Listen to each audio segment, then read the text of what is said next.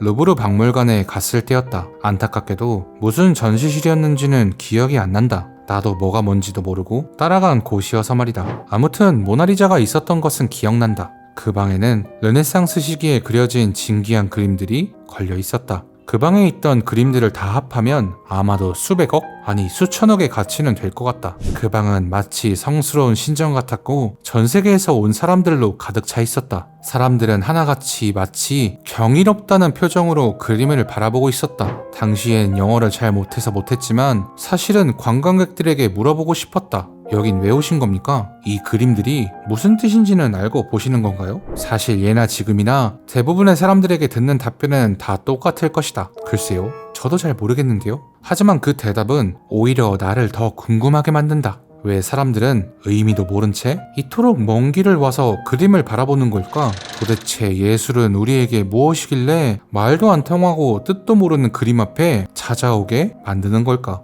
가끔 환경운동가들이 세계적인 예술작품에 테러를 가하는 일이 있다. 그림에 페인트를 뿌리거나 조각상에 무언가를 던지기도 한다. 그리고 우리는 그 장면을 뉴스에서 보면 본능적으로 분노한다. 잠깐? 그런데 우리는 왜 그런 테러에 분노하는 것일까? 사실 그깟 그림이 뭐라고. 이성적으로 따져보면 예술보다 훨씬 중요한 문제가 지금 눈앞에 있다. 기후위기, 지구온난화, 생태계 파괴, 이건 명백히 인류 전체의 생존과 직결된 이슈다. 게다가 미술관은 에어컨도 엄청 틀고 조명도 켜고 건물 유지비도 어마어마하다. 그림 하나 지키자고 엄청난 에너지를 소모하고 있는 셈이다. 전 인류적으로 보자면 수지타산이 안 맞는다. 그런데도 우리는 알고 있다. 그 그림은, 그 예술은 절대 포기할 수 없는 것이라는 것을 말이다. 우리는 세뇌당한 것이 아니다. 배운 것도 아니다. 그냥 본능적으로 한다. 저건 우리에게 아주 중요하다. 그럼 우리는 왜 예술을 중요하다고 생각하는 걸까? 사실 알고 보면 답은 간단하다. 예술과 문화가 없는 세상을 상상해보면 될 일이다. 음악도 영화도 문학도 없는 세상을 말이다. 유튜브엔 뉴스 영상만 있을 것이고 아이유도 에스파도 더 이상 못 본다. 원피스의 결말이 뭔지도 알 수 없을 것이다. 그런 세상은 아주 지루한 장소가 될 것이다. 상상력이란 말이 존재하지 않는 세상일 테니까 말이다. 지식을 탐하는 인간, 지식 사피엔스. 나는 상상을 좋아한다. 그냥 허공을 바라보고 한참을 상상하곤 한다. 그리고 그 상상들이 창의적인 방법으로 실현되는 것은 더욱 좋아한다. 때문일까? 난 창의적인 사람들을 아주 좋아한다. 음악을 좋아해서 작곡가들을 몇 알고 있고 현재 내 동생도 아주 쬐끔은 이름을 알린 화가다. 그런데 창의적인 사람들은 사실 저주에 걸렸다. 만약 이성향의 외향인을 방 안에만 가둬놓으면 곧 시들어버릴 것이다. 반대로 I성향 사람에게 매일 파티를 열어주면 모든 에너지가 소진되어 말라버릴 것이다. 창의적인 사람도 창의적인 활동을 하지 않으면 안 되는 저주에 걸렸다. 다른 말로 미지의 영역에 발을 내디뎌야만 하는 운명이라 할 수 있다. 근데 이것 포함 다른 저주도 함께 가지고 있다. 그 어려운 창작을 하면서 생계까지 유지해야 된다는 것이다. 창의적인 사람들은 대부분 어렵게 산다. 내 동생 포함 많은 사람들 모두 기반을 잡기까지 꽤나 오랜 시간이 걸렸다. 아마 이 영상을 보는 예술가들은 격하게 공감할 텐데 대부분의 창의적인 활동은 경제적 수익화가 매우 어렵다. 하지만 그렇다고 해서 그들의 예술이 가치 없는 일은 절대 아니다. 오히려 그들은 우리가 하지 못하는 모든 것을 위대하고 아름답게 바꾸는 일을 하고 있다. 경제적으로도 문화적으로도 사회적으로도 말이다. 예를 들어 창의적인 사람들은 죽어가던 공간을 살려낸다. 버려진 공장지대가 예술가들의 작업실이 되고 그곳에 사람들이 모이고 작은 상점도 생기며 결국 공간이 다시 숨쉬기 시작한다. 그리고 나면 젠트리피케이션으로 땅값이 오르고 결국 다 쫓겨나. 아무튼 할 얘기가 많다. 지금부터 하나씩 짚어보자. 예술이 우리 삶에 왜 필요한지 말이다. 먼저 예술이 경제적으로 어떤 가치를 만들어낼 수 있는지부터 살펴보자. 예술의 경제적 가치. 예술은 GDP에 담기지 않는 가치를 창출한다. 예술은 문화를 발전시키고 문화는 경제를 발전시킨다. 과거와 현재의 강국들은 모두 예술의 힘을 알고 있었다. 프랑스는 세계에서 가장 많은 관광객이 방문하는 나라 중 하나이다. 놀랍게도 프랑스는 한 해 관광객이 국민 수보다 압도적으로 많다. 실제로 이런 국가는 매우 드물다. 그 이유 중 한 가지는 그 나라가 너무나도 아름답기 때문이다. 그 아름다움은 견딜 수 없을 정도이다. 파리의 센 강변을 따라 걷다 보이는 고딕 양식의 노트르담 대성당, 고대 이집트부터 현대까지 시간 여행을 경험하는 루브르 박물관, 밤이 되면 반짝이는 에펠탑에 몽마르트 언덕에 올라 파리의 지붕들을 바라보면 마치 한 폭의 그림이 펼쳐진다. 시야를 가리는 고층 빌딩도 눈을 아리게 하는 LED 광고판도 거의 없다. 마치 도시 전체가 과거와 현재가 공존하는 거대한 캔버스 위에 수채화 같다. 그 경제적 가치가 얼마나 어마어마한지 한번 생각해보자. 그건 단순히 입장료나 숙박비 같은 숫자로 환산할 수 없는 그야말로 계산 불가능한 가치다. 게다가 흥미로운 건 이런 아름다움은 한번 만들어두기만 하면 시간이 흐를수록 오히려 그 가치가 커진다는 점이다. 낡고 쇠퇴하는 것이 아니라 세월을 머금으며 더 깊고 풍부한 매력을 만들어낸다. 아름다움은 시간이 지날수록 문화유산이 되고 그 자체로 국가의 미래를 지탱하는 자산이 되는 셈이다. 동방에도 문화의 힘으로 움직이는 작은 나라가 있다. 전 세계 팬들은 그 나라 가수의 노래를 듣고 춤을 연습한다. 일개 가수가 유엔에서 연설을 하고 그 나라의 전통 설화를 모티브로 하는 영화는 넷플릭스 시청순위 글로벌 1위를 차지한다. 또 전통놀이 오징어 게임을 다른 나라에서 수천 명이 따라하고 있다. 언어를 배우고 화장품과 음식을 소비하고 관광객은 매년 신기록을 갱신하며 고궁에는 한복을 입은 외국인들로 넘쳐난다. 이 경제적 가치가 얼마나 어마어마한지 한번 생각해보자. 이건 단순히 숫자로 환산할 수 없는 그야말로 계산 불가능한 가치다. 문화의 힘, 즉 예술의 힘이다. 이처럼 문화가 발달한 나라는 아무리 작은 국가라 해도 결코 쉽게 무시할 수 없는 강국이 된다. 예술이 발달한 나라가 강국이 되는 것인지 아니면 강국이기 때문에 예술이 발달하는 것인지는 중요하지 않다. 중요한 것은 예술이 발달하지 않은 채 강국이 된 나라는 드물지만 예술이 발달한 나라는 언젠가는 강국이 되어왔다는 사실이다. 예술은 문화가 되고 문화는 결국 돈이 된다. 그리고 앞서 말했듯 예술은 시간이 흐를수록 가치가 커진다. 단기간에 반짝했던 과거의 홍콩처럼 잠시 문화 강국이 되었다가 곧 쇠퇴한 사례도 있다. 예술의 힘을 가볍게 여긴 대가였을지도 모른다. 반면 파리에서는 지금도 사람이 실제로 거주하는 일반 가정집 건물조차 문화유산으로 지정되는 일이 허다하다. 그래서 시래기 설치가 불가능한 경우도 많고 지금처럼 폭염이 닥쳐도 에어컨 보급률은 유럽 최하위권에 머무르고 있다. 그런데도 아무도 불평하지 않는다. 왜냐하면 그 도시 전체를 하나의 그림이자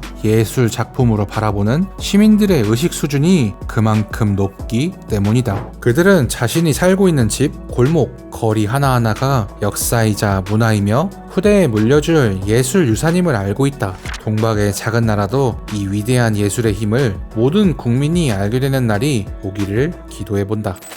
예술의 사회적 가치, 예술은 사회의 거울이다. 우리는 예술을 아름다움의 상징이라 생각하지만 그 본질은 언제나 불편한 진실을 드러내는 힘에 있다. 예술은 항상 불편한 질문을 던진다. 말로는 금기시된 것들, 권력이 가리려고 했던 것들, 그리고 사회가 외면해온 것들을 가장 직관적으로 드러낸다. 뱅크시는 전쟁터에 가서 아이들을 그렸다. 국가폭력, 난민, 자본주의의 위선을 꼬집어 거리 한복판에 시각화했다. 거창한 말보다 그림으로 사람들로 하여금 외면하던 진실을 마주하게 만들었다. 이처럼 예술은 단순히 보기 좋은 것이 아니다. 우리가 외면해온 것, 감춰진 문제, 구조적 불평등을 드러낸다. 침묵당한 목소리를 대신에 말해준다는 것이다. 불의의 질문을 던지는 인간의 가장 오래된 저항 방식이다. 피카소의 게르니카가 전쟁의 폭력을 고발했다. 조선 후기 박지원은 양반전과 허생전을 통해 조선의 현실을 풍자했다. 임을 위한 행진곡은 작은 나라에도 민주화의 희망을 이어가게 만들었다. 1789년 프랑스 혁명이 일어나기 10수년 전부터 이미 프랑스 전역에는 루이 16세와 마리 앙투아네트를 풍자한 그림과 연극이 성행을 하기 시작했었다. 예술은 나무를 흔들고 그러고 나면 원숭이들이 떨어진다. 이 모든 순간들엔 공통된 것이 있다. 누구나 말할 수 없지만 예술이 대신 말을 해주었다는 것이다. 이 말들은 사람들의 마음을 흔들고 행동을 이끌고 결국 사회의 규범과 제도까지 바꾸는 방향으로 흘러갔다. 그래서인지 일부 권력자들은 예술을 두려워했다. 마오쩌둥은 문화 대혁명에서 예술을 부르주아, 즉 계급투쟁의 무기라 여겼다. 예술가들을 반동분자로 색출해 강제 노역소로 보내고 찬란했던 수천 년 중국 역사의 예술품을 모두 불태워버렸다. 덕분에 자기 문화가 없어진 중국은 맨날 남의 문화를 자기 것이라고 우긴다. 히틀러는 문학, 음악, 영화 등 모든 예술을 오직 국가 이념을 찬양하는 데에만 사용하라고 지시했다. 북한 역시 마찬가지다. 그곳에서의 예술은 수령과 체제를 선전하기 위한 도구일 뿐 그 이상도 이하도 아니다. 이들은 모두 독재자이며 역사에 남을 악인으로 평가된다. 하지만 한 가지 주목할 만한 점은 있다. 예술의 힘을 누구보다 잘 알고 있었다는 것. 그래서 통제했고 억압했고 자신들의 권력을 유지하는 수단으로 삼았다. 오히려 예술의 영향력을 모르는 사람들보다 그 위력을 인정한 이들이 어떻게 보면 더 무서우면서도 똑똑했다는 점은 우리에게 큰 교훈을 준다. 그러니 우리는 이제라도 깨달아야 한다. 예술은 감상의 대상이기 이전에 세상을 움직이고 진실을 드러내고 권력을 흔드는 힘이라는 것을 말이다. 우리는 종종 예술을 선택지로 여긴다. 하지만 예술은 선택이 아니라 전제다. 예술이 없었다면 민주주의도 없었고 인권의 개념도 없었고 사회 정의에 대한 감각도 자라지 못했을 것이다. 즉 예술은 사회의 기억장치이며 역사를 움직이는 가장 조용한 엔진이다. 예술 없는 사회는 존재할 수 없고 예술 없는 미래는 상상조차 할 수 없다. 우리가 인간답게 살아가기를 바란다면 예술은 마지막의 마지막까지 꼭 지켜야 하는 필수 조건이다. 나는 음악을 좋아한다. 퇴근 후에 편안하게 소파에 누워서 클래식을 듣는 블랙핑크 노래를 듣는다. 그리고 가장 좋아하는 가수는 GD와 김광석이다. 저작권 때문에 틀어줄 수는 없지만 돈 없던 시절 작은 고시원에서 살 때 GD의 삐딱하게를 들으면 화가 나는 것 같은 느낌이 들면서 자신감도 생기고 언젠가 이곳을 박차고 나가서 보란듯이 성공할 것이다, 뭐 이런 기분을 느꼈다. 또 김광석의 음악은 뭐랄까, 인생의 어떤 시점에 도달하면 마치 그 노래가 이미 거기 먼저 가서 조용히 기다리고 있었던 것 같은 느낌이다. 군 입대를 앞두고선 이등병의 편지가 나이 앞자릿수가 바뀔 즈음엔 30 즈음에가, 결혼을 앞두곤 60대의 노부부 이야기가 들렸다. 내가 삶의 길을 걸을 때 이 노래들은 늘 몇 발짝 앞서 걸으며 조용히 나의 감정을 받아주는 친구와 같았다. 최근엔 마크튠 노래를 많이 듣는데 이 사람의 노래는 뭐랄까, 내 아이에게 바치는 세레나데 같은 따뜻한 감정이 든다. 아무튼 뭐 그렇다. 근데 그래서 뭐 이런 얘기를 왜 하냐고, 니체가 말했기 때문이다. 우리는 진실로 인해 멸망하지 않기 위해 예술을 갖는다. 우리가 사는 현실은 너무 잔인하다. 불공평해 보이고 삶은 너무 고되다. 또 인생은 짧고 단 한 번의 기회밖에 없다. 그럼에도 불구하고 누군가는 여전히 시를 쓰고 노래를 부르고 그림을 그리고 영화를 만든다. 왜냐면 그게 인간이기 때문이다. 니체의 말대로 현실을 마주하면 멸망할 수도 있으니까 우리는 예술을 한다. 고시원 시절 GD의 삐딱하게는 세상이 나를 몰라줘도 다시 고개를 들게 해주었다. 김광석은 인생의 매 고비마다 나의 친구가 되어주었다. 마크튠은 내가 아이를 사랑하는 마음을 아름다운 선율과 언어로 온전히 표현해 주었다. 예술은 현실을 이기게 해주지는 않지만 옆에서 친구가 되어주었다. 이건 그냥 위로가 아니다. 인간만이 가질 수 있는 초월의 감각이다. 종교가 사라지는 시대에서 사람들은 신 대신 예술 앞에 선다. 어느 성당보다 위험 있는 콘서트홀, 어느 절보다 고요한 갤러리, 장엄한 스케일의 블록버스터 영화, 세상 만사 있게 만드는 막장 드라마. 우리는 감탄하고 울고 또 무릎 꿇는다. 아까 사람들에게 루브르 박물관에 왜 왔냐고 물어보면 사람들은 글쎄요, 저도 잘 몰라요 라고 답할 거라고 했다. 하지만 방금 깨달은 게 생겼다. 그 수많은 사람들이 굳이 그곳에 가는 이유는 유명하니까가 아닐 수도 있겠다. 어쩌면 그 사람들은 본능적으로 아는 것이다. 저 안에 뭔가 중요한 것이 있다는 걸, 삶을 견딜 이유가, 또 고통을 버틸 단서가 그 안에 있다는 걸 말이다.